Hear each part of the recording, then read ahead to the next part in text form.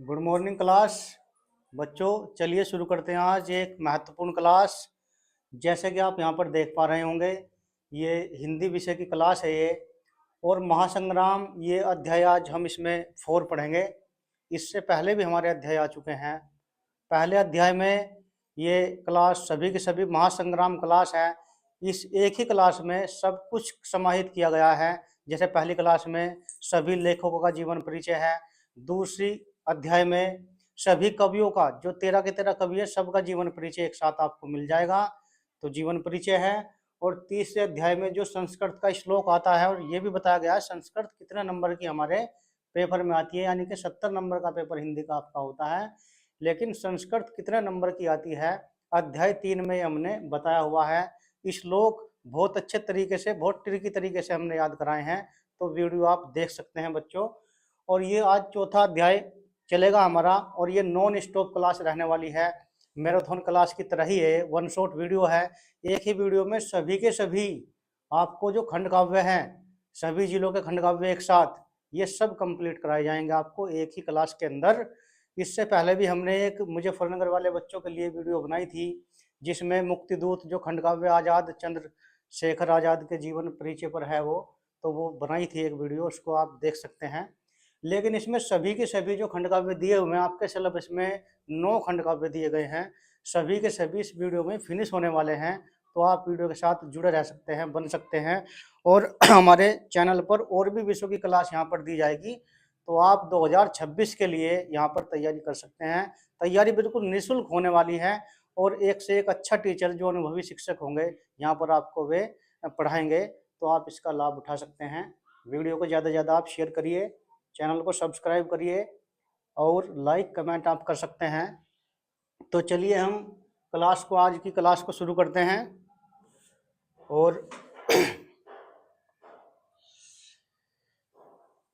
देखिए यहाँ पर क्लास शुरू करते हैं बच्चों। और ये जो खंड काव्य है, ये जैसा हमने बताया 9 खंड काव्य है, जो अलग अलग जिलों के लिए अलग अलग खंड काव्य हैं। तो ये स्कूल में आपको बताया जाता है किस खंड काव्य को किस स्कूल में पढ़ाया जा रहा है, तो उस प्रकार के क्वेश्चन आएंगे। और ज़्यादा क्वेश्चन इससे नहीं बनते बच्चों, 2 ही क्वेश्चन बनते हैं। या तो खंड काव्य में कितने सर्ग हैं, किसी एक सर्ग का सारांश लिखिए, या जो भी खंड काव्य का नायक है, क्योंकि ये जो नायक है, जो हुए हैं वीर लोग, उनके ऊपर ये खंड काव्य बनाए हुए हैं। तो ये नायक का चरित्र चित्रण करने के लिए क्वेश्चन आता है। तो 2 ही टाइप के क्वेश्चन बनते हैं, छोटे छोटे ही लिखे हुए हैं ये, तो इनको आप याद कर सकते हैं। और एक्स्ट्रा फैक्ट के साथ हम आपको बताएंगे, ताकि आपके नंबर अच्छे से ज़्यादा नंबर कैसे आपके आएँ, क्योंकि लिखने का एक तरीका होना चाहिए हिंदी में। कुछ एक्स्ट्रा आप लिखेंगे तभी आपको अच्छे मार्क्स मिलेंगे। और हिंदी इंग्लिश ये ऐसे सब्जेक्ट है, इनमें आपको अतिरिक्त मार्क कैसे लाने हैं, तो वो आपको पता मेथड होना चाहिए। तो ये आप देख सकते हैं, ये खंडकाव्य मुक्तिदूत है, ज्योति जवाहर है, अग्र पूजा है, मेवाड़ मुकुट है, जय सुभाष, मातृभूमि के लिए, करण क्रम, वीर भरत और तुमुल, ये 9 खंडकाव्य हैं। यहाँ पर सबका अलग अलग ये जिले वाइज दिया हुआ है, और ये किस किस पब्लिकेशन ने ये बुक लिखी है, खंडकाव्य प्रकाशित किया है, तो इसकी ज़्यादा आवश्यकता नहीं है। तो चलिए बढ़ते हैं हम। और ये सबसे पहले हमारा जो खंडकाव्य है, ये है मुक्ति दूत, और लेखक है डॉक्टर राजेंद्र मिश्र। ये किन किन जिलों के लिए बच्चों है खंडकाव्य? ये है बस्ती, आगरा, गाजीपुर, फतेहपुर, बाराबंकी, उन्नाव। तो इन सब जिलों के लिए, इन सब जिलों में रहने वाले बच्चों के लिए जो खंड काव्य है, ये है मुक्तिदूत। लेखक हैं डॉक्टर राजेंद्र मिश्र। तो मुक्तिदूत में जो चरित्र चित्रण दिया हुआ है, जो वृत्तांत दिया हुआ है, ये महात्मा गांधी से संबंधित है। महात्मा गांधी को क्या कहा गया है? मुक्तिदूत कहा गया है। भारत के भाग्य विधाता ये रहे हैं। ये जब अंग्रेजी शासन था, इन्होंने बिना ही शस्त्र के एक ऐसी लड़ाई लड़ी जिसमें अंग्रेज लोग बैकफुट पर आए और हमारा देश आज़ाद हुआ। इस संघर्ष में कई बार इनको जेल भी जाना पड़ा, और जेल का खाना इनको खाना पड़ा। बहुत बड़े परिवार से बच्चों ये थे, और बहुत ज़्यादा पढ़े लिखे थे, लेकिन फिर भी इन्होंने संघर्ष किया और दक्षिण अफ्रीका से पढ़ाई पूरी करके आते हैं। इनका जो पहनावा था कोट पैंट था, लेकिन भारतीय जनता धोती और कुर्ता पहनती थी, तो इन्होंने भी सब वस्त्र, अंग्रेजी वस्त्र सब त्याग दिए। और ये भी जो हिंदुस्तानी लोग, गरीब जनता का पहनावा था, उसी पहनावे में आपको ये दिखाई देंगे। तो बहुत ज़्यादा संघर्ष इनका रहा है बच्चों। और एक टाइम ऐसा था, सबकी जुबान पर महात्मा गांधी का ही नाम था। कोई संघर्ष हो, कोई धरना प्रदर्शन हो, कोई भी लड़ाई हो, किसी भारतीय की लड़ाई हो, ये सब करते थे, मदद सबकी। तो ये है हमारा खंड काव्य मुक्तिदूत।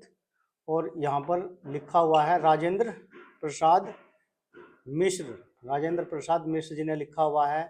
तो खंड काव्य से दो ही सवाल आते हैं, खंड काव्य में कितने सर्ग है, किसी एक सर्ग का वर्णन कीजिए, सारांश लिखिए, या जो मुक्तिदूत खंड काव्य है उनके नायक महात्मा गांधी जी के जीवन पर संक्षिप्त टिप्पणी लिखिए, उनकी व्यक्तिगत विशेषताओं के बारे में लिखिए।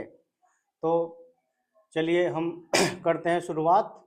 और ये है मुक्तिदूत खंड काव्य का सारांश। तो क्या सारांश यहाँ पर रहने वाला है, आइए एक नज़र देखते हैं। मुक्तिदूत एक प्रेरणादायक खंड काव्य है जिसमें कवि ने अंधकार, अन्याय और भय से जूझते समाज को चेतना और मुक्ति का संदेश दिया है। काव्य के प्रारंभ में समाज की दयनीय स्थिति दिखाई गई है, जहां लोग डर और अज्ञान की जंजीरों में जकड़े हुए थे। सत्य दबा हुआ दिखाई देता है और अन्याय को सामान्य बना दिया जाता है। ऐसे समय में मुक्तिदूत का आगमन होता है। वह कोई शस्त्रधारी योद्धा नहीं था, बल्कि विचारों की शक्ति से लोगों को जागृत करने वाला संदेशवाहक। वह लोगों को बताता है कि वास्तव बंधन बाहरी नहीं, बल्कि मन और शांत के भीतर होते हैं। जैसे कि लोग प्रश्न करना और सत्य को पहचानना सीखते हैं, समाज में जागरण की लहर फैल जाती है। तो जागरण की लहर फैल जाती है। और यहाँ पर काव्य में संघर्ष का भी सजीव चित्रण है। मुक्तिदूत को विरोध, अपमान और कठिनाइयों का सामना करना पड़ा। जैसे कि हमने बताया, कई बार जेल भी जाना पड़ा, अंग्रेजों की लाठी भी खानी पड़ी, और बच्चों को घोड़ों से भी कुचलवाया गया। ठीक है, तो मार्ग में विचलित नहीं होता। धीरे धीरे जनता भय से ऊपर उठती चली गई और आत्मबल को पहचानती चली गई। अंततः कवि यह स्पष्ट करता है कि मुक्तिदूत कोई एक व्यक्ति नहीं, बल्कि वह विचार है जो हर जागृत मन में जन्म लेता है। यानी कि एक ऐसा विचार होना चाहिए जो जो जो भयमुक्त हो, जिसमें समानता के अधिकार की मांग हो। तो ऐसे विचार को ही हम मुक्तिदूत कहते हैं। निष्कर्ष क्या निकलता है बच्चों? यह खंड काव्य मानव को साहस, सत्य और आत्म जागरण का संदेश देता है तथा बताता है कि मुक्ति का मार्ग स्वयं के भीतर से ही निकलता है। तो कुछ अनजाने पहलुओं पर हम जिक्र करते हैं बच्चों। एक टाइम था जब ये साबरमती के आश्रम में रहते थे, तो इनका काफ़ी बोलबाला था। ये सभी लड़ाइयों में शरीक होते थे, सभी की परेशानियों में ये भागीदारी लेते थे और समस्या का निवारण करते थे। तो एक गार्जियन थे, उनका बच्चा जो है खांसी उनके बच्चे को हो रही थी, और वे बच्चा गुड़ खाता था, शक्कर खाता था बच्चा। तो वो इनके पास लेकर के आए आश्रम में कि महाराज जी बेटा, ये हमारा बेटा शक्कर नहीं छोड़ता है और इसको खांसी हो रही है, आप इसको कुछ बताइए जिससे ये मीठा खाना छोड़ दे और इसकी खांसी ठीक हो जाए। तो गांधी जी बोलते हैं कि आप इसको 8 दिन बाद लेकर के आना, तब मैं इसकी खांसी को जो है, जो मीठा ये शक्कर है, इसको छुड़वा दूंगा। तो बच्चे के गार्जियन बच्चे को लेकर 8 दिन बाद गांधी जी के पास आते हैं, और गांधी जी उस बच्चे को अपने पास बुला करके कहते हैं, बेटा शक्कर खाना अच्छी बात नहीं है खांसी के दिनों में, इसको आप छोड़ सकते हैं। तो गार्जियन कहते हैं बच्चे के, महात्मा जी ये क्वेश्चन तो जो आपने इसको बताया है बच्चे को, ये 8 दिन पहले भी आप बता सकते थे। लेकिन फिर गांधी जी कहते हैं कि उस टाइम मैं भी शक्कर खाता था, पहले 8 दिन तक मैंने शक्कर का परहेज किया है और मेरा परहेज सफल रहा है, इसलिए मैं कहने के लिए यहाँ पर तैयार हुआ हूँ बच्चे को। इसलिए मैं बच्चों को कह पाया हूँ, अगर मैं शक्कर खाना ना छोड़ता तो मैं बच्चे को शक्कर छोड़ने के लिए ना कहता। तो गांधी जी ने अपने ऊपर प्रयोग किए हैं। ठीक है, तो ये बिल्कुल अपने ऊपर इन्होंने काम किया है। तो ऐसे गांधी जी थे, बिना ही शस्त्र के, बिना ही अस्त्र के इन्होंने लड़ाइयाँ लड़ी है। और एक इनके लिए एक कविता भी बनी हुई है, दे दी तूने आज़ादी बिना ढाल, साबरमती के संग तूने कर दिया कमाल। तो इस तरीके के हमारे ये गांधी जी रहे हैं और काफ़ी लड़ाइयाँ इनके द्वारा लड़ी गई है। तो इनके बारे में लिखने के लिए आएगा। और इनका जो चरित्र चित्रण रहा है, क्या रहा है, सादा जीवन, उच्च विचार, अहिंसा के पुजारी रहे हैं ये, किसी की जीव को किसी को भी नुकसान नहीं करते थे ये। और अस्त्र शस्त्र या अहिंसा के बिल्कुल विरोधी रहे हैं, अहिंसा नहीं होनी चाहिए। तो समानता के पक्षधर रहे हैं ये, और गरीब जनता से काफ़ी लगाव करते थे और समाज सुधार के काम किए हैं। और नारी की जो शोषण हो रहा था उस टाइम, तो नारी के उद्धार के लिए भी गांधी जी ने काफ़ी काम किए हैं। बच्चों के लिए भी गांधी जी ने बहुत काम किए हैं सारे। तो ये आप इनके बारे में लिख सकते हैं। तो सादा जीवन उच्च विचार था गांधी जी का। तो ये खंड काव्य कुछ बिंदु है। काव्य में अंधकार, भय और अन्याय से ग्रस्त समाज का चित्रण किया गया है। लोग अज्ञान और डर की जंजीरों में जकड़े हुए थे। ऐसे समय में मुक्ति दूत का आगमन होता है। मुक्ति दूत का आगमन होता है यानी गांधी जी आते हैं। मुक्ति दूत शस्त्र नहीं, विचारों की शक्ति से लोगों को जागाता है। वह बताता है कि असली बंधन मन और सोच के होते हैं। मन के हारे हार है, मन के जीते जीत। मुक्ति दूत को विरोध और संघर्ष का सामना करना पड़ा। धीरे धीरे समाज में चेतना और जागरण फैलता चला गया। लोग प्रश्न करना, सत्य को पहचानना सीखते चले गए। अंत में मुक्तिदूत एक व्यक्ति नहीं बल्कि विचार बन गया। काव्य आत्म जागरण, साहस और मुक्ति का संदेश लेकर आता था। तो गांधी जी कहते हैं, सदा समय से काम करो, तुम ना बहुत आराम करो, नित्य समय जो करते काम, जग में वे पाते सम्मान। तो काम सदा समय से करना चाहिए और हमेशा सत्य का साथ देना चाहिए। ठीक है। तो इस प्रकार जो ये खंड काव्य था मुक्तिदूत, ये पूरा हो जाता है। तो चरित्र चित्रण भी इनका इसका पूरा हो जाता है। अब हम अगले खंड काव्य की तरफ चलते हैं, जो है ज्योति जवाहर, देवी प्रसाद राही ने लिखा हुआ है। देवी प्रसाद शुक्ल राही ने लिखा हुआ है। ये किन किन जिलों में है? कानपुर, प्रतापगढ़, मिर्जापुर, ललितपुर, रामपुर, गोंडा। इन कानपुर, प्रतापगढ़, मिर्जापुर, ललितपुर, रामपुर, गोंडा के विद्यार्थियों के लिए खंड काव्य हैं। आप देख सकते हैं यहाँ पर। ये जवाहरलाल नेहरू जी हैं, जो हमारे देश के प्रथम प्रधानमंत्री बने। और जैसे संविधान बन रहा था, तो संविधान की जो बैठक चल रही थी, 3 बैठक संविधान में हुई है। पहली बैठक 9 दिसंबर, दूसरी 13 दिसंबर और तीसरी बैठक। तो इस तरीके से ये चलता रहा कारवां। तो इन्होंने एक संविधान की उद्देशिका प्रस्तुत की थी, जो संविधान में प्रस्तावना के नाम से लिखी हुई है। और ये बताया जाता है बच्चों, जिस स्कूल में नेहरू जी पढ़ते थे, उस स्कूल के 7 दरवाजे थे और 7 के 7 पर इनको लेने के लिए गाड़ियाँ पहले से ही खड़ी रहती थी। और इन्होंने हमारे देश का संचालन किया और लगभग ये 2-3 योजनाओं तक प्रधानमंत्री रहे। सबसे लंबा कार्यकाल इनका ही है प्रधानमंत्री पद पर अभी तक का। ठीक है। तो जवाहरलाल नेहरू जी के बारे में लिखा हुआ है। ज्योति जवाहर, देवी प्रसाद शुक्ल राही इसके कवि रहे हैं, लिखने वाले। तो आइए इस पर एक नज़र डालते हैं। तो यह है आपका खंड काव्य ज्योति जवाहर। इसमें क्या कहा गया है बच्चों? ज्योति जवाहर एक प्रेरणादायक खंड काव्य है, जिसमें कवि ने चेतना, संघर्ष और नव जागरण की भावना को अभिव्यक्त किया है। इस काव्य में समाज में फैले अज्ञान, निराशा और जड़ता के विरुद्ध ज्ञान और प्रकाश की लहर को प्रतीक रूप में प्रस्तुत किया है। काव्य के अनुसार, जब समाज अंधकार, रूढ़ियों और भय से ग्रस्त होता है, भय से ग्रस्त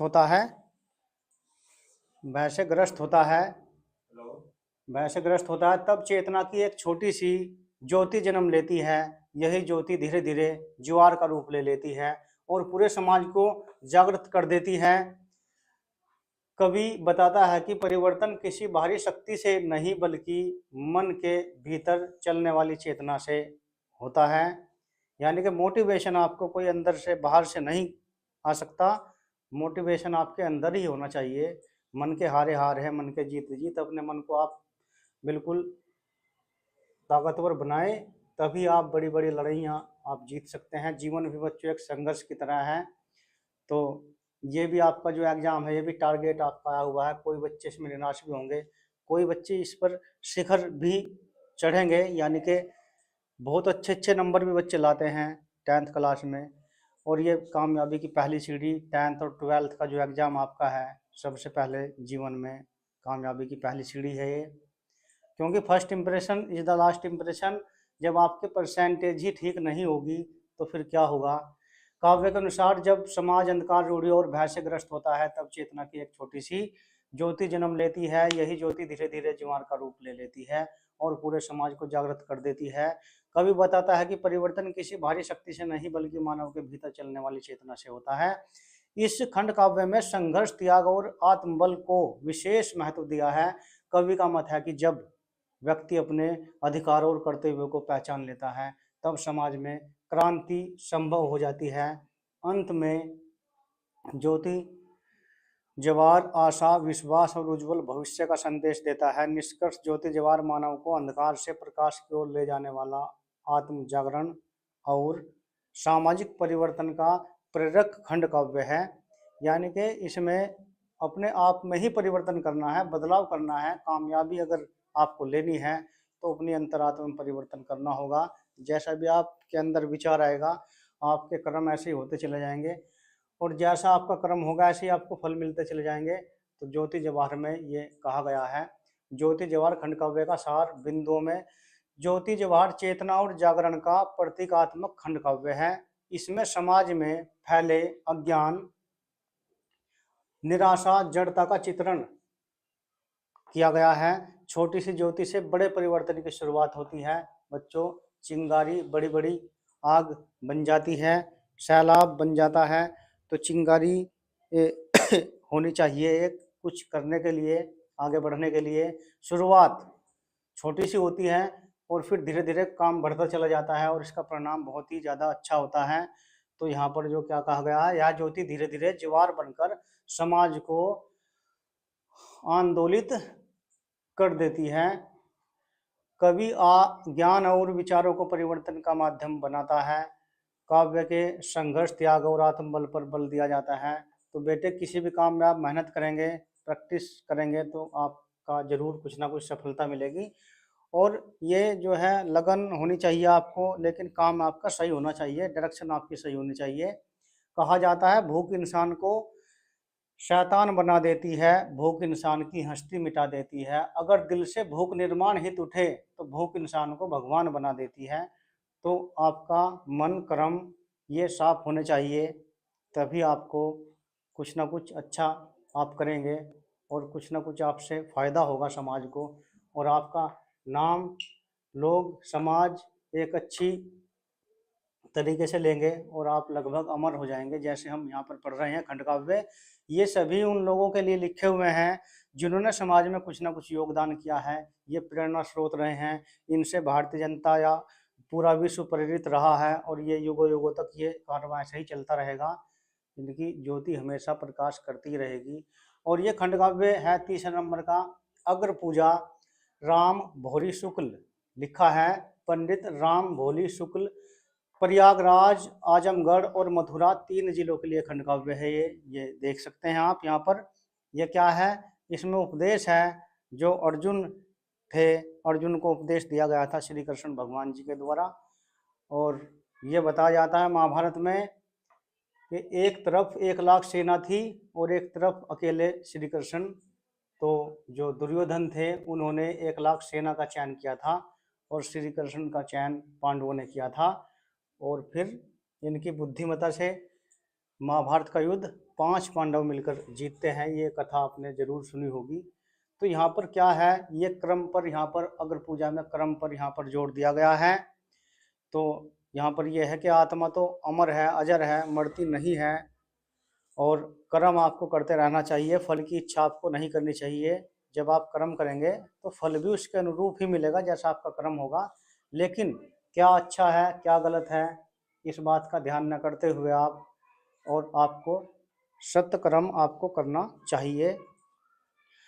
तो इसमें आत्मा की भी परिभाषा दी गई है। नैनम छिदंती शास्त्राणी नैनम दहती पावक न्याय चैन कले दंत्यापो न्याय शोषेती मारुत, आत्मा अमर है, अजर है।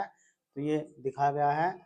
और ये क्या है, अग्र पूजा राम भोरी शुक्ल प्रयागराज आजमगढ़ मथुरा के विद्यार्थियों के लिए ये है। अग्र पूजा खंड काव्य का सारांश क्या दिया हुआ देख लेते हैं। अग्र पूजा खंड काव्य में कवि ने त्याग, तपस्या, कर्तव्य और वास्तविक सम्मान के भाव को सशक्त रूप से प्रस्तुत किया है। काव्य का केंद्र यह विचार है कि सच्चा सम्मान बाहरी दिखावे या पद से नहीं बल्कि कर्म साधना और निस्वार्थ सेवा से मिलता है। काव्य में यह स्पष्ट किया गया है कि जो व्यक्ति समाज और राष्ट्र के लिए निस्वार्थ भाव से कार्य करता है वही अग्र पूजा का वास्तविक अधिकारी होता है। कवि कर्मशील, त्यागी और साधनापूर्ण जीवन को श्रेष्ठ मानता है। केवल शक्ति, धन, प्रतिष्ठा के आधार पर सम्मान पाने वाले व्यक्ति की तुलना में संघर्ष और समर्पण से जीवन जीने वाला अधिक पूजनीय होता है। अग्र पूजा खंड काव्य में अहंकार, स्वार्थ और दिखावे की आलोचना की गई है तथा विनम्रता से सेवा और कर्तव्य परायणता को आदर्श बताया गया है। काव्य पाठक को यह प्रेरणा देता है कि वह कर्तव्य को पूजा समझकर जीवन पथ पर आगे बढ़ते रहे। अग्र पूजा खंड काव्य मानव को यह सिखाता है कि सच्ची पूजा कर्म ही होती है और जो समाज के लिए अपना सर्वस्त्र अर्पित करता है वही वास्तविक सम्मान का अधिकारी होता है।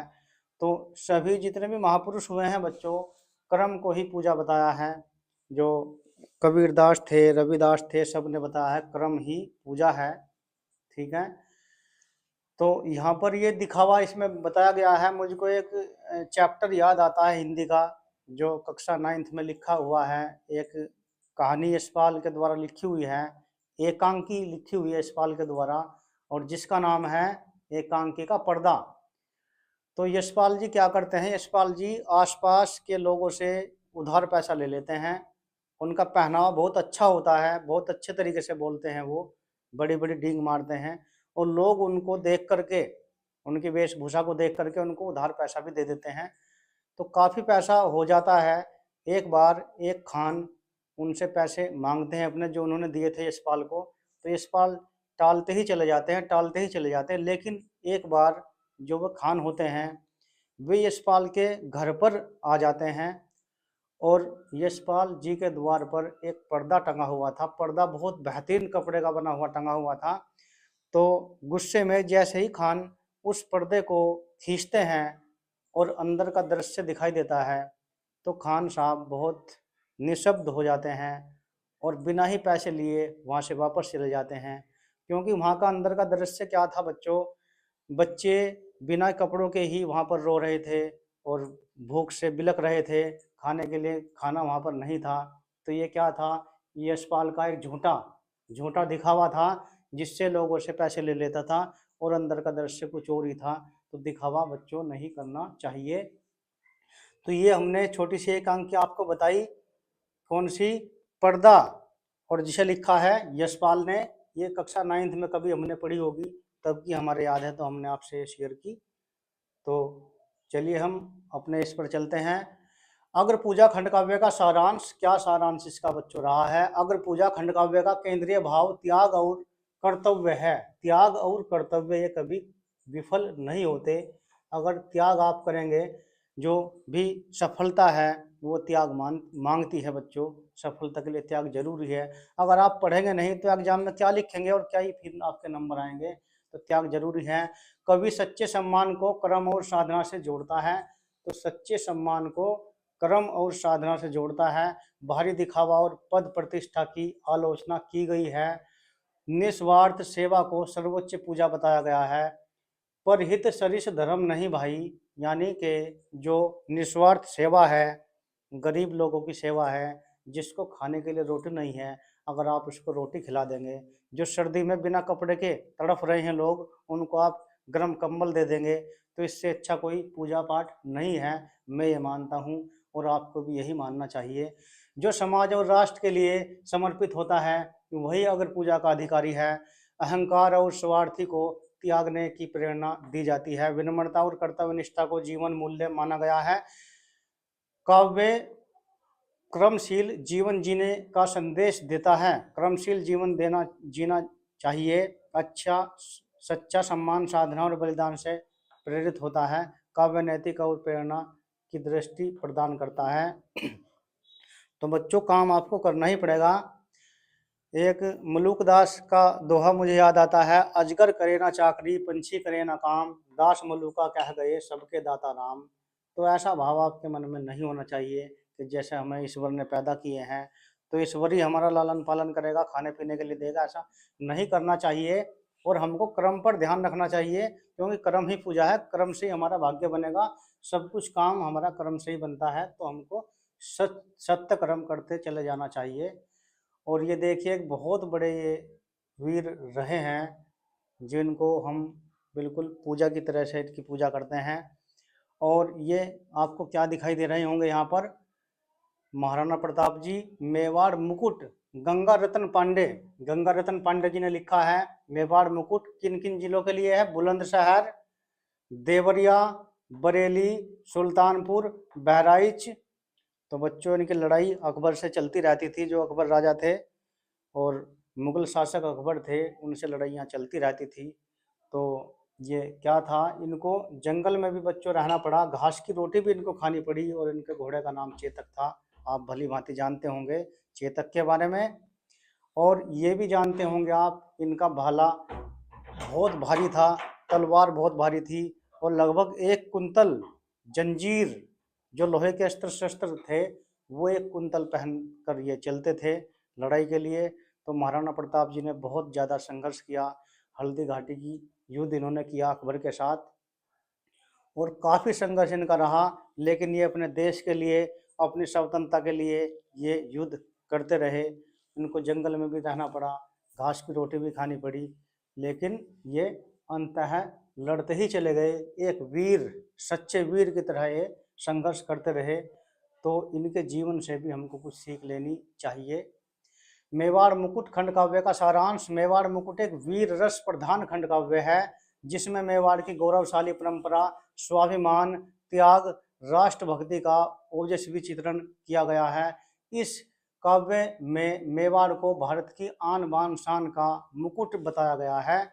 कवि ने मेवाड़ के शासकों, विशेषकर राणा प्रताप, तो यहाँ पर क्या है, खासतौर से महाराणा प्रताप जैसे वीरों के चरित्र के माध्यम से स्वतंत्रता, प्रेम और आत्मसम्मान की भावना को उजागर किया है। काव्य में यह दिखाया गया है कि मेवाड़ ने कभी भी पराधीनता स्वीकार नहीं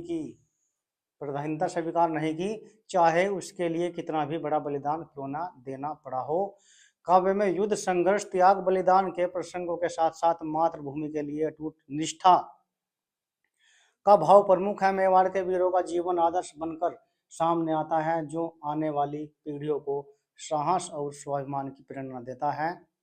मेवाड़ मुकुट खंड काव्य देश भक्ति, वीरता, आत्मगौरव का संदेश देता है तथा यह बताता है कि स्वतंत्रता और सम्मान की रक्षा के लिए त्याग अनिवार्य है। प्राण भले ही चले जाए, ठीक है, लेकिन हमको संघर्ष करते रहना चाहिए, ये बताया गया है। और एक इन पर कविता भी लिखी गई है, जो इनके घोड़े थे का नाम चेतक था, उस पर भी बहुत सारा काव्य वीर रस प्रधान बना हुआ है। तो यहाँ पर चेतक के बारे में भी लिखा हुआ है। तो ये मेवाड़ मुकुट जो खंड काव्य है, महाराणा प्रताप के जीवन के त्याग को ये दर्शाता है, और किस तरीके से वीर रस के साथ ये लड़ाइयाँ लड़ते हैं, और तो इनका बहुत ज़्यादा त्याग रहा है। तो इससे हमको कुछ सीख मिलती है कि अपनी मातृभूमि के लिए हमको, और स्वतंत्रता के लिए हमको, स्वतंत्रता की रक्षा के लिए हमको तत्पर रहना चाहिए, खड़े रहना चाहिए। तो ये हमको इससे सीख मिलती है। मेवाड़ मुकुट खंड काव्य का सारांश कुछ बिंदुओं में। तो यहाँ पर यह है, मेवाड़ मुकुट एक वीर रस प्रधान खंड काव्य है, क्योंकि इसमें हास्य रस नहीं है। तो ये कौन सा रस इसके अंदर है, मेवाड़ मुकुट वीर रस प्रधान ये खंड काव्य है। मेवाड़ मुकुट की गौरवशाली परंपरा का चित्रण किया गया है। मेवाड़ को भारत की शान और स्वाभिमान का मुकुट बताया गया है।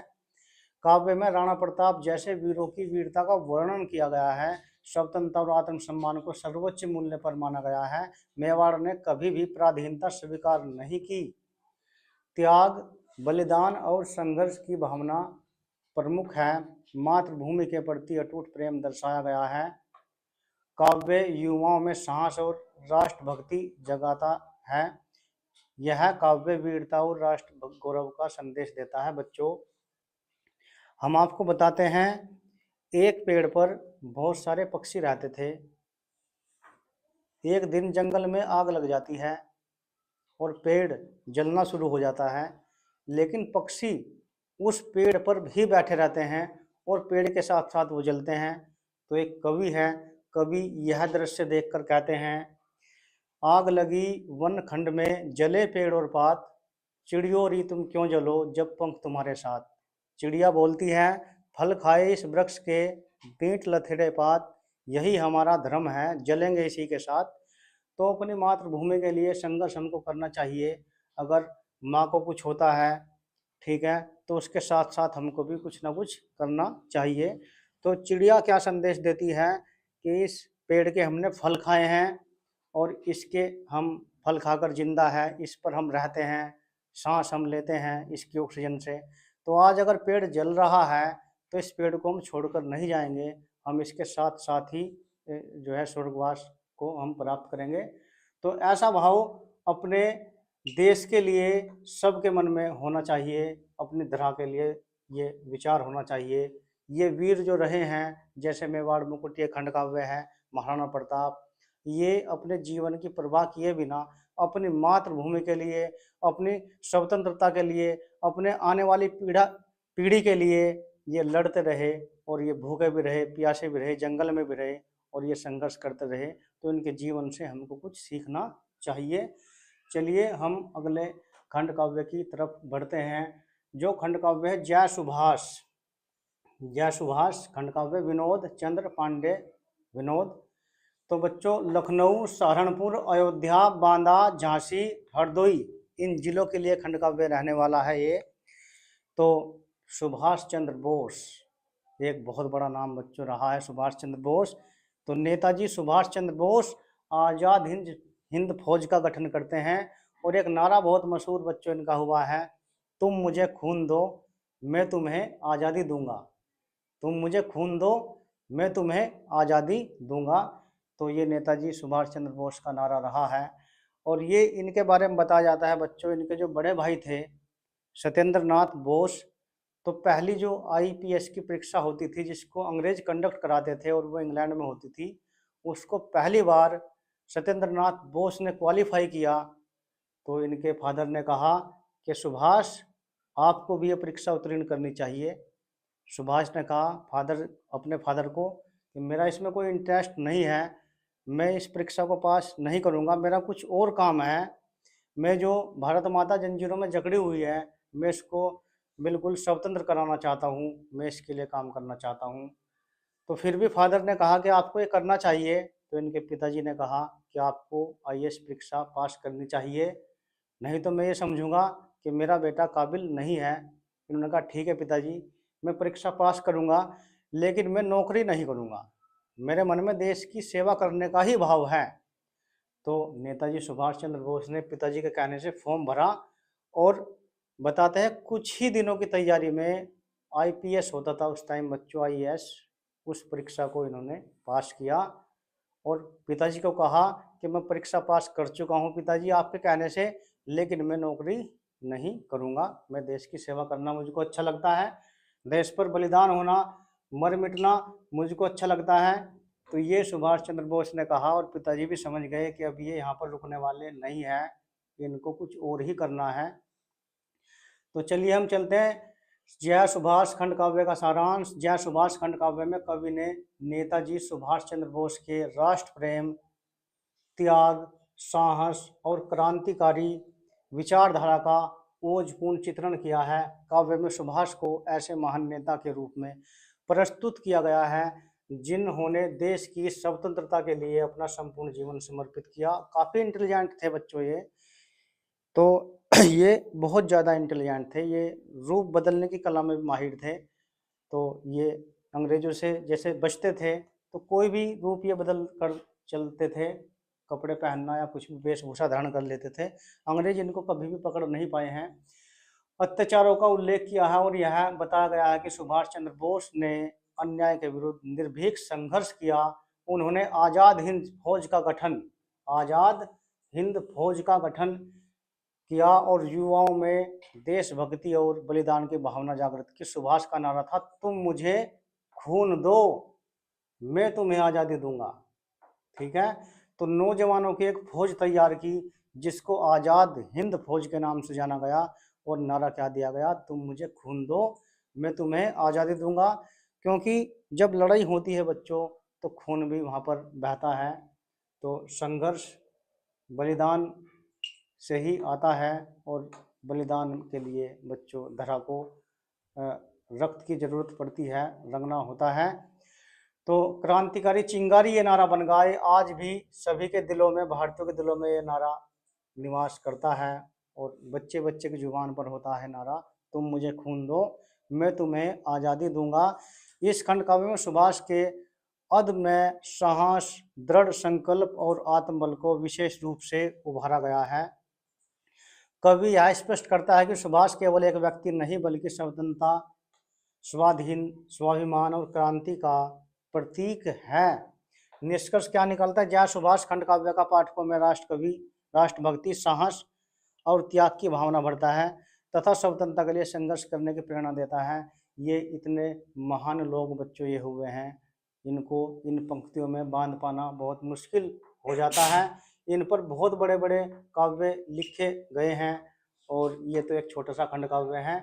तो ये सुभाष चंद्र बोस के बारे में ये लिखा हुआ है और बताते हैं एक यान दुर्घटना में इनका जो है वीर गति को ये प्राप्त हो जाते हैं, पता नहीं चल पाया है, द्वितीय विश्व युद्ध की ये शायद बात रही होगी। तो खंड काव्य का सारांश किस प्रकार है, जय सुभाष एक राष्ट्रभक्ति प्रधान खंड काव्य है। क्या है राष्ट्रभक्ति, अपने देश के लिए मर मिटने का संकल्प इसके अंदर दिखाई देता है। इसमें नेताजी सुभाष चंद्र बोस के जीवन और संघर्ष का चित्रण किया गया है। काव्य में अंग्रेजी शासन के अत्याचारों का विरोध किया गया है, डटकर मुकाबला इन्होंने किया है। सुभाष के अदम्य साहस और दृढ़ संकल्प को उजागर किया गया है। आज़ाद हिंद फौज के गठन का उल्लेख किया, अंग्रेजों से लड़ने के लिए एक फौज की फौज बना दी और ये क्या कर दिया, आज़ाद हिंद फौज का गठन। युवाओं में देशभक्ति और बलिदान की भावना जगाई। सुभाष के क्रांतिकारी नारों ने जन जन को चेतना दी। काव्य स्वतंत्रता के लिए संघर्ष की प्रेरणा देता है। सुभाष को क्रांति और स्वाभिमान का प्रतीक बताया गया है। काव्य राष्ट्र प्रेम और त्याग का संदेश देता है। तो ये कुछ पॉइंट बच्चों हैं जो आपको लिखने के लिए ये काम आएंगे, ठीक है। और यहाँ पर चरित्र चित्रण आप लिखेंगे तो इनका वीर रस प्रधान काव्य है।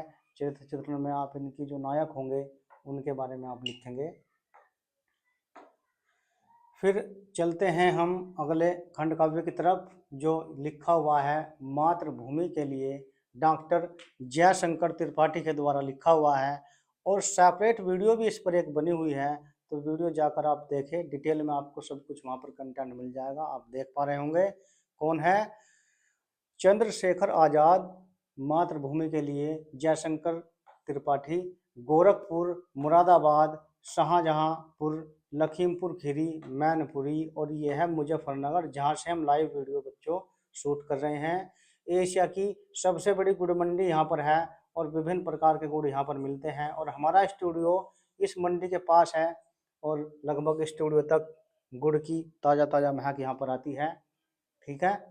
तो चलिए शुरू करते हैं ये क्लास। तो ये मातृभूमि के लिए जिसमें चंद्रशेखर आज़ाद के जीवन का चरित्र चित्रण दिया हुआ है, उनके त्याग का, इनके बलिदान का इसमें उल्लेख किया गया है बच्चों। तो ये क्या है, मातृभूमि के लिए एक ओजस्वी और भाव प्रधान खंड काव्य है जिसमें कवि ने स्वदेश प्रेम, त्याग, बलिदान और कर्तव्य बोध की भावना को सशक्त रूप से व्यक्त किया है। इसमें काव्य में मातृभूमि की माता के रूप में चित्रित किया गया है जिसके लिए सर्वस्त्र अर्पित करना सच्ची भक्ति है। काव्य में यह स्पष्ट किया गया है कि मातृभूमि केवल भूमि का टुकड़ा नहीं बल्कि हमारी संस्कृति क्या है, हमारी संस्कृति, अस्मिता और सम्मान का प्रतीक है। कवि वीरों को बलिदान और समर्पण करते हुए बताता है कि उनके त्याग से ही राष्ट्र सुरक्षा और गौरवशाली बना है। मातृभूमि की रक्षा को सर्वोच्च कर्तव्य माना गया है। मातृभूमि की रक्षा को काव्य में युवाओं को आह्वान किया गया है कि वे स्वार्थ और भय का त्याग कर राष्ट्र हित में आगे आएं और कवि के अनुसार मातृभूमि के लिए जीना और मरना ही सच्चा जीवन है। यह खंड काव्य पाठकों में राष्ट्रभक्ति, कर्तव्य निष्ठा और बलिदान की भावना को जागृत करता है। तो बलिदान की भावना को क्या करता है, जागृत करता है। यह खंड काव्य 3 सर्गों में लिखा गया है, जिसमें पहला सर्ग है संकल्प, दूसरा सर्ग है आपका संघर्ष और तीसरा सर्ग है बलिदान। तो इसमें क्या है बेटे, जब 1919 में रोलैक्ट एक्ट आता है, जिसको भारतीय इतिहास में काला कानून के नाम से जानते हैं। इंग्लैंड के अंग्रेजों ने एक ऐसा कानून भारत पर लागू किया, बिना ही दलील के, बिना ही सबूत के किसी भी भारतीय को उठा करके जेल में डाल दिया जाता था, उसको सजा सुनाई जाती थी, यातनाएं दी जाती थी। तो उस एक्ट के विरोध में जगह जगह धरना प्रदर्शन हो रहा था और महात्मा गांधी जी ने भी एक आंदोलन किया 1919 में, जिसको असहयोग आंदोलन के नाम से जाना गया। और उन्होंने आह्वान किया कि सभी जो सरकारी स्कूलों में विद्यार्थी पढ़ रहे हैं, तो वो सभी के सभी इस आंदोलन में आए और इसमें एक आहुति का काम ये करे। तो जो आज़ाद थे, चंद्रशेखर आज़ाद, वे काशी विश्वविद्यालय से संस्कृत की पढ़ाई बच्चों कर रहे थे, तो वो भी गांधी जी के साथ इस आंदोलन में आ जाते हैं। भगत सिंह, बटुकेश्वर दत्त, राम प्रसाद, बिस्मिल अशफाकुल्ला आदि वीरों के साथ ये मिलते हैं और चल करके काम करते हैं। और फिर एक घटना और होती है बच्चों 1919, जिसमें क्या होता है, 13 अप्रैल 1919 को जलियांवाला बाग में बहुत सारी भीड़ इकट्ठी होती है, जो अपनी इस एक्ट को वापस लेने के लिए गुहार करते हैं, मांग करते हैं। तो एक जनरल डायर होते हैं, उन्होंने निहत्ती भीड़ पर गोलियां चला दी। उस पार्क में जो जलियांवाला बाग था, उसमें एक ही गेट था, उस गेट को भी बंद कर दिया गया बच्चों। बीच में कुआं था, जनता परेशान होकर के कुएं में जान बचाने में कूदनी चली गई और उनका दम कुएं में ही घुट गया बच्चों। ऐसा भीषण दृश्य, मार्मिक दृश्य, दिल को दहला देने वाला घटना थी जलियांवाला बाग हत्याकांड, जो 13 अप्रैल 1919 को हुआ था। इसके विरोध में चंद्रशेखर आज़ाद ने कहा कि हमको इसका बदला लेना है, और बदला लेने के लिए बच्चों इन्होंने सांडर्स की हत्या कर दी और इसमें कुछ लोग इनके पकड़े गए, उनको फांसी दे दी जाती है। इनको क्रांति जो कारी दल था इनका चलाने के लिए, घटनाओं को अंजाम देने के लिए कुछ धन की आवश्यकता होती है। तो 1928 के आसपास काकोरी नामक स्टेशन पर ये ट्रेन को लूटते हैं, अंग्रेजी खजाने को लूटते हैं, और ये उसमें भागने में भगत सिंह, आज़ाद और चंद्रशेखर सफल हो जाते हैं। लेकिन कुछ इनके दोस्त मित्र पकड़े जाते हैं और उनको भी अंग्रेजों के द्वारा फांसी की सजा दी जाती है। और लास्ट में बच्चों ये बताया गया है, एक दिन ये अल्फ्रेड नामक जो पार्क है इलाहाबाद के अंदर यानी प्रयागराज में, वहाँ पर अपने दोस्तों के साथ मीटिंग कर रहे थे। तो वहाँ पर क्या होता है, किसी ने इनका वो दे दिया है वहाँ पर कि ये वहाँ पर बैठे हुए हैं और अंग्रेजी टुकड़ी आती है, बहुत सारी सेना लेकर के अपनी आती है और अंग्रेजी पुलिस इनको चारों तरफ से घेर लेती है। ये अपने दोस्तों को वहाँ से किसी रास्ते से भगा देते हैं बच्चों, और अकेले ही अंग्रेजी पुलिस से ये संघर्ष करते हैं। और इनके पास एक ही पिस्टल था और ये पिस्टल से उन पर प्रहार करते हैं और किसी का ये जबड़ा उड़ा देते हैं, किसी के ये हाथ पर गोली चलाते हैं। लेकिन यहाँ पर पुलिस बहुत सारी थी और ये अकेले थे, उनके पास हथियार भी नहीं थे। तो इनके पास जो माउजर था उसमें एक ही गोली बची हुई थी बच्चों। जामुन का पेड़ था वो, जामुन का, उनके नीचे यहाँ पर संघर्ष कर रहे थे ये, उसकी आड़ लेकर के गोलियां चला रहे थे। जब ये चेक करते अपने माउजर में एक ही गोली बची है, तो उस गोली को ये अपने यहाँ पर ही मार लेते हैं और शहीद हो जाते हैं बच्चों। तो ये बहुत बड़े वीर ये रहे हैं और 26-27 साल की एज सबकी रही होगी इनकी, तो इसमें ही ये शहीद हो जाते हैं बच्चों। और बड़ा अच्छे तरीके से ये इसमें चित्रण इनका दिया हुआ है। तो मातृभूमि के लिए एक राष्ट्रभक्ति प्रधान खंड काव्य है। और जैसे इनको गोली लगती है, जमीन पर नीचे गिर जाते हैं बच्चों, तो कोई अंग्रेज पुलिस इनके पास नहीं आती है। क्यों? क्योंकि सोचते हैं कभी ये जिंदा हो। गिर गए वीर पर हिम्मत थी, आने की पास नहीं उनके, कहते थे जीवित होगा वह, क्या जाने गोली कब खनकी। तो जब देखते हैं लहूलुहान धरा हो गई है, तब ये इनके पास आते हैं बच्चों। तो ऐसे ये वीर देशभक्त रहे हैं। मातृभूमि के लिए एक राष्ट्रभक्ति प्रधान खंड काव्य है। इसमें मातृभूमि को माता के रूप में चित्रित किया गया है। मातृभूमि को संस्कृति, सम्मान और अस्मिता का प्रतीक बताया है। देश के वीरों और शहीदों के त्याग का स्मरण किया गया है। राष्ट्र की रक्षा को सर्वोच्च कर्तव्य माना गया है। काव्य में बलिदान और समर्पण की भावना प्रमुख है। कवि युवाओं को राष्ट्र हित में आगे आने का आह्वान कराता है। स्वार्थ और भय के त्याग पर बल दिया गया है। मातृभूमि के लिए जीना मरना सच्चा जीवन बताया गया है। काव्य देश प्रेम और कर्तव्यनिष्ठा की प्रेरणा देता है। इनको अंग्रेजों के द्वारा सबसे पहले जब ये प्रदर्शन कर रहे थे 15 बैतों की सजा भी दी गई थी, तब से इनका नाम आज़ाद पड़ता है। तो ये खंड काव्य कौन सा रहा? ये रहा आपका खंड काव्य जो है मातृभूमि के लिए। इनके नायक का चरित्र चित्रण काफी आता है, और ये है कर्ण के नाम से खंड काव्य। केदारनाथ मिश्र प्रभात, तो ये क्या है? कर्ण। अलीगढ़, जौनपुर, बलिया, हमीरपुर। तो बच्चों बलिया उत्तर प्रदेश का सबसे पूर्वी जिला है, ये आप ध्यान रखें। पूर्वी जिला ये है सबसे। सहारनपुर सबसे उत्तरी जिला है उत्तर प्रदेश का, तो ये भी थोड़ा सा आप ध्यान रखें। तो ये कर्ण के बारे में बच्चों बताया गया है। तो बताया जाता है जो कर्ण है वह कुंवारी कुंती के गर्भ से सूर्य के प्रताप से ये पैदा हुए थे, और इनको तालाब में बच्चों छोड़ दिया गया था। फिर इनका लालन पालन किसी ने किया, एक सूत के द्वारा होता है, तो इनको सूत पुत्र भी बच्चों कहा जाता है। ये एक महान योद्धा रहे हैं, और ये महाभारत का युद्ध जो था उसको प्रभावित करते थे बहुत ज़्यादा।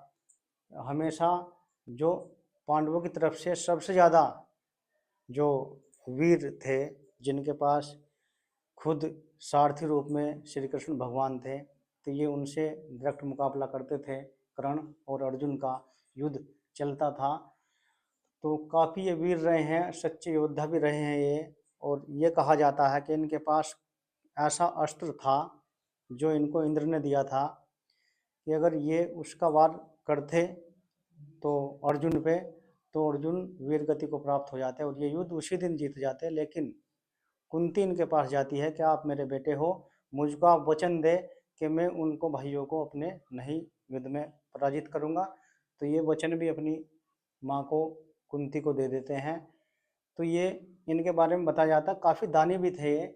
तो जैसे ये रोजाना स्नान करते थे गंगा जी में, कोई भी लोग भिखारी लोग इनके पास आते थे तो ये सब कुछ उनको दान कर देते थे। तो एक बहुत बड़े दानवीर भी थे ये कर्ण, तो दानवीर थे। तो ऐसा बताया भी गया है बच्चों कि जैसे कोई ये परशुराम जी के पास विद्या सीखने के लिए जाते हैं, तो परशुराम जी इनकी जो जंघा होती है उस पर सो जाते हैं। तो और एक बिच्छू इनको काटता है, और बिच्छू काट काट करके खून निकाल देता है, और उस खून के बहाव से ही परशुराम जी की आंख खुलती है। और ये कहते हैं कि ये क्या है भाई, आपने मुझको क्यों नहीं जगाया? तो इन्होंने कहा कि मैंने आपको इसलिए नहीं जगाया क्यों आपकी नींद खुल जाती। और एक असहनीय पीड़ा को इन्होंने सहन किया। तो बहुत धैर्यशील ये रहे हैं, बहुत ये बलिदानी रहे हैं, और बहुत ज़्यादा वीर ये रहे हैं, और सत्यनिष्ठ कर्तव्यनिष्ठ ये रहे हैं। तो इनका चरित्र चित्रण यहाँ पर दिया हुआ है। केदारनाथ मिश्र ने लिखा कर्ण। तो हम इसको पढ़ते हैं। अलीगढ़, जौनपुर, बलिया, हमीरपुर ये जिलों में दिया हुआ है। तो कर्ण खंड काव्य का संपूर्ण सारांश। कर्ण खंड काव्य में महाभारत के महान योद्धा दानवीर कर्ण के संपूर्ण जीवन का त्याग मिलता है। तो यहाँ पर क्या कहा गया? दानवीर, क्योंकि जब ये स्नान करते थे सुबह के टाइम और सूर्य जैसे ही निकलते थे, तो इनके सामने जो भी कोई भिखारी कुछ भी मांगता था ये सब कुछ इनको दे देते थे। तो एक बार इंद्र भेष बदलकर इनके पास आते हैं, और इनके कवच कुंडल होते थे जो जो युद्ध में लड़ने में इनकी सहायता करते थे, उन पर कोई शस्त्र वार नहीं करता था। तो इंद्र भेष बदल कर आते हैं और इनसे वही कवच कुंडल मांग लेते हैं। तो उनको ये सहर्ष दे देते हैं, उनको पहचान भी लेते हैं कि कोई और नहीं, ये इंद्र ही हैं। तो इंद्र बहुत ज़्यादा लज्जित होते हैं और फिर इनको कहते हैं कि आप कुछ मुझसे मांग सकते हैं। तो ये एकाघनी बाण मांगते हैं और वो एकाघनी बाण ऐसा होता है जिस पर भी चलाएंगे तो उसकी वीर गति निश्चित है। तो ये बाण कर्ण को दे देते हैं इंद्र। तो इनके पास वो बाण होता है। अगर उसका वार ये अर्जुन के पास करते तो अर्जुन भी वीर गति को प्राप्त हो जाते। तो उसका वार जो फिर किया गया था, ये किया गया था घटोत्कच पे किया गया था, जो भीम के लड़के थे। ठीक है। तो यहाँ पर क्या है, कर्ण में अद्भुत शौर्य, पराक्रम और प्रतिभा थी, फिर भी समाज में उन्हें उनका उचित स्थान नहीं दिया गया। द्रोणाचार्य से शिक्षा न मिलने पर उन्होंने परशुराम से अस्त्र विद्या सीखी। तो यहाँ पर देखिए एक नाम ही आया है, द्रोणाचार्य। तो द्रोणाचार्य जी ने कर्ण को शिक्षा नहीं दी। और एक थे एकलव्य, वो भी द्रोणाचार्य जी से शिक्षा ग्रहण करना चाहते थे, लेकिन द्रोणाचार्य जी ने उनको शिक्षा ग्रहण करने से मना कर दिया। लेकिन एकलव्य ने प्रतिमा मिट्टी की बनाई, किनकी, द्रोणाचार्य जी की, और उनके सामने ही शस्त्र विद्या को सीखा और इतने प्रवीण शस्त्र विद्या में हो गए। एक दिन अर्जुन और पांडवों के साथ द्रोणाचार्य जी वन में आ रहे थे, उनके साथ एक श्वान होता है, कुत्ता। तो कुत्ता जब उनको देखकर भौंकता है, जो प्रतिमा वहाँ पर जंगल में बनी हुई थी उसको देखकर भौंकता है, तो अर्जुन इस तरीके से बाण चलाते हैं, कुत्ते का मुंह बाण से भर जाता है, लेकिन कुत्ते को कोई खरोच नहीं आती है। और कुत्ता इनके पास जाता है द्रोणाचार्य जी के। यह दृश्य देखकर द्रोणाचार्य जी बहुत ज़्यादा आश्चर्यचकित रह जाते हैं कि इतना बड़ा धनुर्धर कौन है जिसने इस कुत्ते के मुंह बाण से भर दिया और इस कुत्ते को खरोच भी नहीं आई। तो ये कुत्ते के साथ साथ चलते चले गए और कहाँ पर चले गए, जहाँ पर एकलव्य रहते थे। और एकलव्य ने अपने गुरु को देखा और प्रणाम किया और कहा, गुरुदेव, ये विद्या तो मैंने आपसे ही सीखी है, भले ही साक्षात्कार रूप से नहीं सीखी, लेकिन प्रतिमा के सामने सीखी है, लेकिन इसका उत्तरदायित्व तो आपको ही जाता है, आप इसके बदले कुछ मांग सकते हैं। तो द्रोणाचार्य जी एक अंगूठा मांग लेते हैं एकलव्य से। तो देखिए यहाँ पर भी लिखा, द्रोणाचार्य से शिक्षा न मिलने पर उन्होंने परशुराम से अस्त्र विद्या सीखी, परंतु यहाँ भी उन्हें छल पूर्वक शिक्षा लेने के कारण श्राप दिया गया और उनके जीवन के संघर्ष को गहरा झटका यहाँ पर लगा। क्या यहाँ पर श्राप दिया गया था, क्योंकि जो परशुराम जी थे वो जो ये क्षत्रिय होते थे, अक्षत्रिय लोग, इनको शिक्षा नहीं देते थे। तो यहाँ पर ये शिक्षा लेते हैं और लेकिन इनको जब पता लगता है ये क्षत्रिय हैं, क्षत्रिय हो सकते हैं, जब बिच्छू के काटने पर भी ये मेरी नींद भंग नहीं करते, तो एक ऐसा साहस तो एक क्षत्रिय में ही हो सकता है। जब इनको पता लगता है तो ये शाप इनको देते हैं कि जो विद्या मैंने आपको सिखाई है ये अंतिम समय पर आपके काम नहीं आएगी। तो परशुराम जी भी इनको शाप देते हैं। द्रौपदी के स्वयंवर में जब ये जाते हैं तो वहाँ पर भी इनका अपमान होता है, क्योंकि वहाँ पर उन कुमारों को ही वहाँ पर जो है बुलाया गया था जिनके पास कोई ना कोई राज्य हो। तो वहाँ पर भी इनका अपमान हुआ, लेकिन ये प्रतियोगिता में भाग नहीं लेते। लेकिन फिर भी दुर्योधन इनको अंग देश का राजा बना देते हैं, यानी कि इनका बचाव करते हैं, इनका संकट की घड़ी में साथ देते हैं और ये वादा करते हैं दुर्योधन से कि मैं तुम्हारा आभारी हूँ और मैं अंत तक तुम्हारा साथ दूंगा। और लड़ाई में ये साथ भी दुर्योधन का देते हैं। दुर्योधन ने कर्ण के गुणों को पहचाना और उन्हें सम्मान देते हुए अंग देश का, यहाँ पर अंग देश आया हुआ है, राजा बनाया। इसी कारण कर्ण दुर्योधन के प्रति आजीवन निष्ठावान रहे, चाहे वह मार्ग अन्यायपूर्ण हो या न्यायपूर्ण हो। कर्ण के कर्तव्य निष्ठा का भाव को दर्शाता है। तो भाई एक बड़ा नाम है, दानवीर है, ठीक है, परमवीर है, योद्धा है, एक बहुत बड़े योद्धा है। तो ये जो कर्ण का चित्रण इसमें दिया हुआ है, तो ये असली जो योद्धा रहे हैं, ये खंड काव्य बताता है। महाभारत के जो कर्णधार रहे हैं वो तो कर्ण हैं, और सभी पांडवों में इनको सबसे बड़ा माना जाता है। बहुत बड़े योद्धा ये रहे हैं।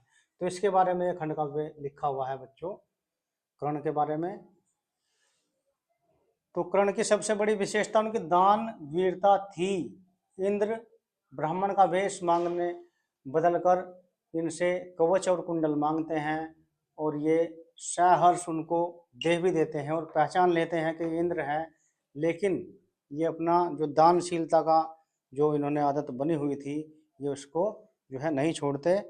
और ये बोलते हैं, देने वाला और है देता है दिन रैन, जग मुझको दाता कहे तासु नीचे नैन।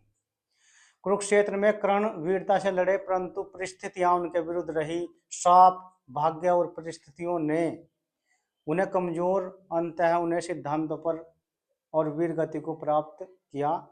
और इन्होंने बच्चों लड़ाई में किसी की मदद भी नहीं ली। नहीं तो एक सांप थे, और एक सांप जो इनके पास रथ के पास आया, और उन्होंने कहा कि अर्जुन ने मुझको बहुत ज़्यादा हमारे पूर्वजों को आहत किया है, और मैं तुम्हारा साथ दूंगा। तुम अपने जो बाण होता है उस पर मुझको रख करके उनके रथ तक मुझको भेज दो, और फिर मैं उनको एक ही बार में ख़त्म कर दूंगा। तो ये कहते हैं कि लड़ाई ये सत्य की है, मेरे और अर्जुन के बीच की लड़ाई है, इसमें कोई तीसरा भाग नहीं लेगा, और इसका निर्णय युद्ध का हम दोनों ही मिलकर के करेंगे। और अंत में क्या होता है बच्चों, इनके रथ का पहिया धस जाता है युद्ध के क्षेत्र में, और ये निहत्थे होकर के उस पहिए को निकालते हैं। और तभी श्री कृष्ण कहते हैं कि अब अवसर है अर्जुन, आप इनको वीर गति को प्राप्त करा दो। अगर इनके हाथ में अस्त्र होगा तो इनको हराना मुश्किल हो जाएगा। तभी अर्जुन बाण से इनको वीर गति को प्राप्त करा देते हैं। तो ये कर्ण का रहा है एक संघर्ष और अन्याय। ये बिल्कुल घर से भी और बाहर से भी इनको कोई मदद नहीं मिलती है, लेकिन फिर भी इनको कुछ नहीं मिला बच्चों, लेकिन फिर भी बहुत बड़े दानवीर, त्यागी, कर्तव्यनिष्ठ और महान योद्धा ये रहे हैं। और इन्होंने सब कुछ दिया सबको, भाइयों को भी, माता को भी, सब कुछ दिया, लेकिन इन्हें किसी का प्यार भी नहीं मिला। तो ये इनकी चारित्र्य की विशेषताएं रही हैं। बहुत बड़े योद्धा रहे हैं कर्ण, इनका एक नाम अलग ही आता है महाभारत में। तो ये सार थोड़ा सा हम देख लेते हैं। कर्ण खंड काव्य का महाभारत के महान पात्र दानवीर कर्ण के जीवन पर आधारित है। ठीक है जी। कर्ण जन्म से वीरता, उदार, प्रतिभाशाली थे, परंतु समाज में उन्हें अपमानित किया गया। उन्हें सूत पुत्र कहकर उनको अपमानित जो है किया, तिरस्कार उनका किया गया। और कर्ण ने अपमान के बावजूद साहस और स्वाभिमान नहीं छोड़ा। ये बच्चों गिल्टी फील इन्होंने नहीं की, और ये बिल्कुल अच्छे योद्धा बने रहे। दुर्योधन से इन्हें सम्मान दिया, इसलिए कर्ण के प्रति निष्ठावान रहे। कर्ण की दानशीलता काव्य का प्रमुख गुण है, उन्हें कवच कुंडल दान तक कर दिए। कर्ण का जीवन संघर्ष, त्याग और कर्तव्य का प्रतीक है। युद्ध में वे सत्य और मित्रता के लिए बलिदानी हो गए। काव्य करुणा, वीरता और मानवीय संवेदना से परिपूर्ण है। हमारे फादर बच्चों बताते थे कि कर्ण इतने बड़े दानवीर थे। एक बार ये बैठ करके पूजा कर रहे थे मंदिर के पास, और कोई गऊ आती है, गायें, और उनके पैर को चाटना शुरू कर देती है। पैर से खून निकल जाता है, पर ये गाय को ये नहीं बोलते कि तुम मुझको चाटना बंद कर दो। तो इतने बड़े दानी थे, यानी कि जिसने जो भी कुछ लिया उसको मना नहीं किया, दान ये करते रहे। तो इतने बड़े वीर योद्धा ये रहे हैं। और यहाँ पर क्या है, कर्मवीर भरत, लक्ष्मी शंकर मिश्र निशंक, तो ये मेरठ, फरुखाबाद और भैया पीलीभीत और रायबरेली में है ये। तो भरत, आपने बच्चों सुना होगा कि हमारे देश का नाम भारत राजा दशरथ के बेटे भरत के नाम पर पड़ा, और राजा दशरथ की 3 रानियां थी। क्या आप बता सकते हैं उनके नाम?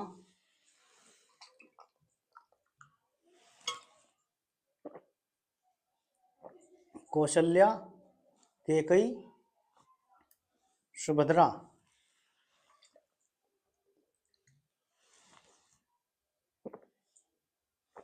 सुमित्रा, कौशल्या, कैकेयी।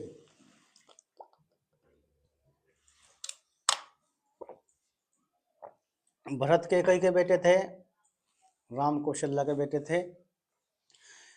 तो भरत क्या थे बच्चों, जैसे ही श्री राम को वनवास हो जाता है तो भरत उनको एक अपना बड़ा भाई मानते हैं और ये कहते हैं बच्चों कि जितने साल भी राम ने वनवास में बिताए उतने साल तक उनकी चरण पादुकाएं सिंहासन पर रखी रही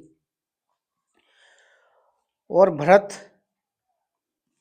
राजपाट किसी और स्थान पर बैठकर करते रहे, लेकिन वहाँ पर श्री राम भगवान की जो पादुकाएं होती है, सिंहासन को उन्होंने ही जो है बच्चों सुशोभित किया।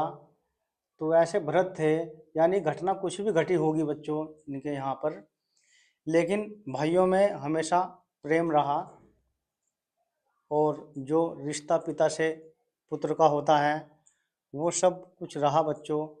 इसलिए पुरुषोत्तम राम भी इनको कहा गया, जो श्री राम थे तो उन्हीं का ये है भरत। तो भरत का त्याग देखिए, सब कुछ होते हुए भी, यानी कि मछली अगर पानी के बीच में रहेगी और फिर भी वो प्यासी मर जाएगी तो उस मछली का त्याग देखिए बच्चों कितना होगा। यानी भरत के पास सब कुछ था, लेकिन भरत ने भी वनवास जैसा ही जीवन व्यतीत किया, क्योंकि उनके बड़े भाई वन को गए हुए थे और वन वाला जीवन ही लक्ष्मण ने व्यतीत किया।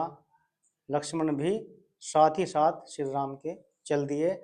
और सबसे बड़ी बात बच्चों है उर्मिला, जो उर्मिला लक्ष्मण की पत्नी थी तो वह लक्ष्मण के बिना कैसे रही होगी, उनका भी बच्चों बहुत बड़ा त्याग है। तो ऐसी बात नहीं है कि रामायण में राम का सीता का ही त्याग है, पूरे परिवार का यहाँ पर त्याग दिखाई देता है। तो ये भरत के नाम पर है। मेरठ, फर्रुखाबाद, पीलीभीत और रायबरेली ये जिलों के लिए है खंड काव्य है। तो क्या देखते हैं इसमें हम, क्रमवीर भरत खंड काव्य का सारांश। क्रमवीर भरत एक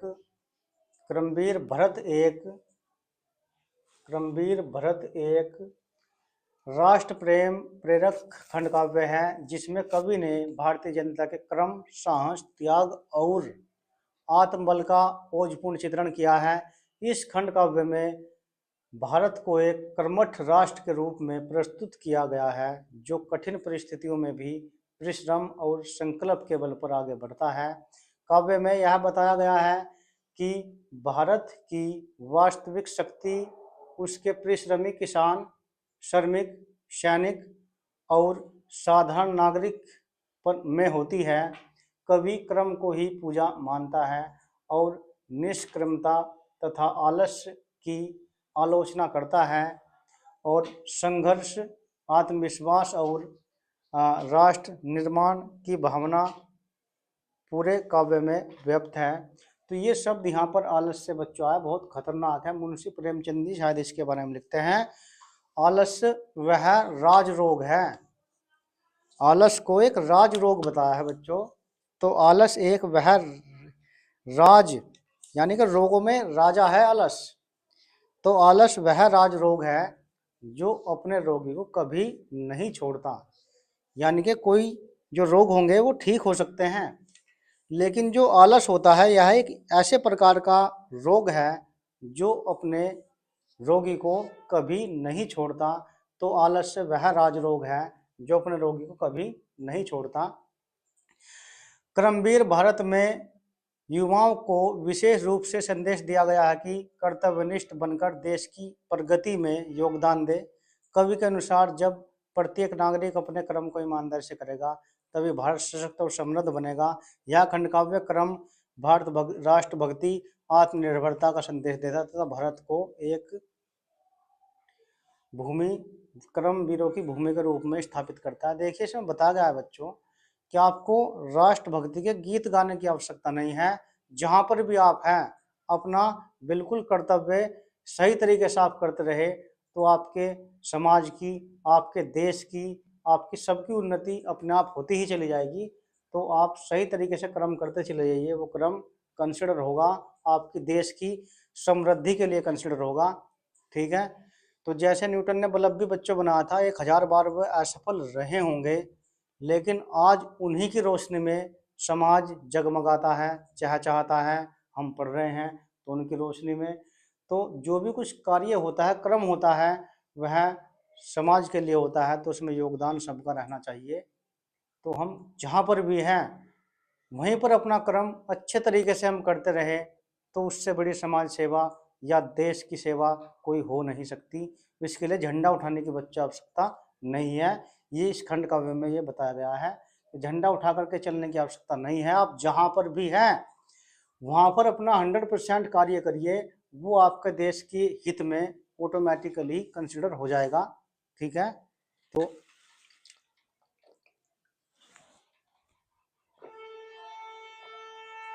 ऐसा इसमें बच्चों बताया गया है। तो कुछ तथ्य यहाँ पर देख लेते हैं जो आप याद रखेंगे और परीक्षाओं में ये कहीं ना कहीं आप लिखेंगे। क्रमवीर भारत एक राष्ट्र प्रेरक खंड काव्य है। इसमें भारत को क्रमशील और साहसी राष्ट्र के रूप में प्रस्तुत किया गया है। कवि क्रम को ही पूजा और राष्ट्र निर्माण का आधार मानते हैं। आलस्य और निष्क्रियता की आलोचना की गई है। किसान, श्रमिक, सैनिक और आम नागरिकों के परिश्रम का महत्व बताता है। संघर्ष और आत्मबल को प्रगति का साधक बताता है। युवाओं को कर्तव्यनिष्ठ बनने का संदेश देता है और प्रत्येक नागरिकों की जिम्मेदारी पर बल दिया गया है। काव्य आत्मनिर्भरता और सशक्त भारत की कल्पना की गई है। खंड काव्य क्रम देश प्रेम और समर्पण को प्रेरणा देता है। तो समर्पण को यह प्रेरणा देता है। यहाँ पर लिखा गया है तुमुल और श्याम नारायण पांडे के द्वारा लिखा गया है। और जिले कौन कौन से हैं? वाराणसी, इटावा, बिजनौर, जालौन और बदायूं, इन जिलों के लिए ये रहने वाले हैं। और हम चलते हैं, क्या है? तुमुल श्याम नारायण पांडे जी के द्वारा लिखा गया है।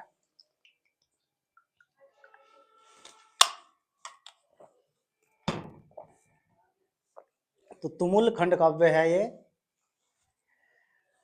चलिए देखते हैं। तुमुल खंड काव्य का सारांश। तुमुल एक ओजस्वी एवं वीर रस प्रधान खंड काव्य है। देखिए जो हमने यहाँ पर लिखे हुए हैं, ये बुकों का अध्ययन करने के बाद कुछ चुनिंदा पंक्तियाँ लाइनें यहाँ पर लिखी हुई हैं। तो अगर क्वेश्चन आएगा तो ये तो आपको लिखना ही लिखना होगा। ये क्वेश्चन आएगा तो आपको इतना तो लिखना ही होगा, इतना तो आपको याद ही करना होगा। तो इनको बहुत ध्यान से आप पढ़ेंगे और याद रखेंगे। तुमुल एक ओजस्वी एवं वीर रस प्रधान खंड काव्य है जिसमें कवि ने भयंकर युद्ध, संघर्ष और पराक्रम का सजीव चित्रण किया है। तुमुल शब्द का अर्थ ही उग्र। क्या अर्थ है? उग्र। तुमुल शब्द का अर्थ उग्र, भीषण और उथल पुथल से भरा हुआ है और यही भाव पूरे काव्य में व्याप्त है। तो काव्य में युद्ध भूमि का दृश्य अत्यंत प्रभावशाली ढंग से प्रस्तुत किया गया है। रणभूमि में शंखनाद, रणभेरी, अस्त्र शस्त्रों की झनकार और वीरों के पराक्रम से वातावरण गूंज उठता है। योद्धा निर्भीक होकर शत्रुओं से भिड़ते हैं और मृत्यु का भय त्याग कर युद्ध में लड़ते चले जाते हैं। कवि ने यह स्पष्ट किया है कि वीरता, साहस, कर्तव्यनिष्ठा योद्धा की सच्ची पहचान होती है। युद्ध केवल विनाश का प्रतीक नहीं बल्कि धर्म, क्या है? धर्म, न्याय और आत्मसम्मान की रक्षा का माध्यम होता है। काव्य में वीरों के बलिदान को गौरवपूर्ण बताया गया है। तो तुमुल खंड काव्य का वीर रस, साहस और कर्तव्य का संदेश देता है। पाठकों में पराक्रम और राष्ट्र गौरव की भावना को जागृत करता है। देखिए हुए हैं डॉक्टर भीमराव अंबेडकर, वो क्या कहते हैं कि बहुत बड़ा जीवन किसी काम का नहीं है।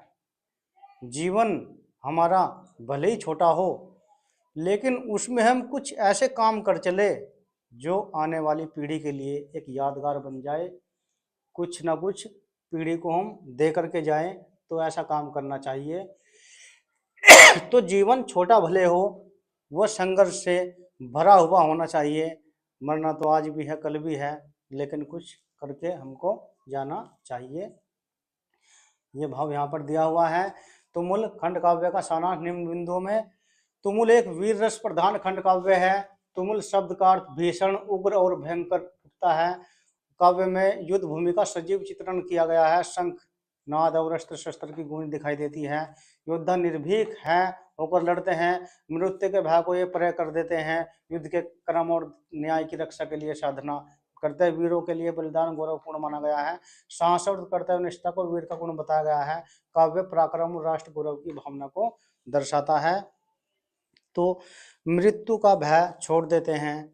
लड़ाका जो लड़ने वाले होते हैं, लड़ते किस लिए हैं? अपनी मातृभूमि के लिए लड़ते हैं, न्याय के लिए लड़ते हैं, समानता के लिए लड़ते हैं। तो जैसे जो बुराइयां समाज में होती हैं हम उनसे लड़ते हैं। जैसे आपने सुना होगा पहले सती प्रथा थी, तो राजा राम मोहन ने, लॉर्ड विलियम बेंटिक ने कानून बनाया, सती प्रथा पर रोक लगाई। बच्चों क्या थी सती प्रथा? पति के मरने के बाद पत्नी को भी चिता में उसके साथ ही जिंदगी को जला दिया जाता था। तो ऐसी ऐसी कुरीतियां थी, उनसे भी हमको लड़ना पड़ा। छुआछूत थी, भेदभाव था, जातिवाद था, तो इन सब का हमने अंत किया। तो ऐसे काम हमको करने चाहिए जो काम सही हो। लेकिन उस टाइम आप सोच सकते हैं कि उसको भी समाज अच्छा ही बताता होगा कि सती प्रथा है, तो चलो भाई बहुत अच्छा है, पति के साथ पत्नी को जिंदा जला देंगे तो ये प्रथा भी बहुत अच्छी है, ऐसा उस टाइम समाज कहता होगा। जो कि देखिए आज आप देखते हैं खड़े होकर के यहाँ, तो आपको अच्छा लगता है कि राजा राम मोहन राय ने, लॉर्ड विलियम बेंटिक ने जो कानून बनाया वो कितना अच्छा कानून बनाया। आज समानता का अधिकार है, सब लोग पढ़ रहे हैं, लिख रहे हैं, सभी का प्रतिभाग कर रहे हैं, ठीक है। तो ये सब होना चाहिए बच्चों इस तरीके से। तो ये हमने इसमें ये बताया। तो ये बच्चों आज की वीडियो का सार ये रहा है। और हमने यहाँ पर 9 के 9 जो भी खंड काव्य थे उनको फिनिश किया। और इससे क्वेश्चन आते हैं 2, खंड काव्य का किसी सर्ग का सारांश लिखिए, या जो इसमें नायक है उसके चरित्र चित्रण को लिखिए। तो आप कविता के माध्यम से और कुछ एक्स्ट्रा फैक्ट के तहत आप इसको लिखेंगे। और ये परीक्षा में, बोर्ड परीक्षा में 3 नंबर का निर्धारित किया गया है, जो हमने 1 से लेकर और लास्ट तक आपको सभी के सभी समझाए।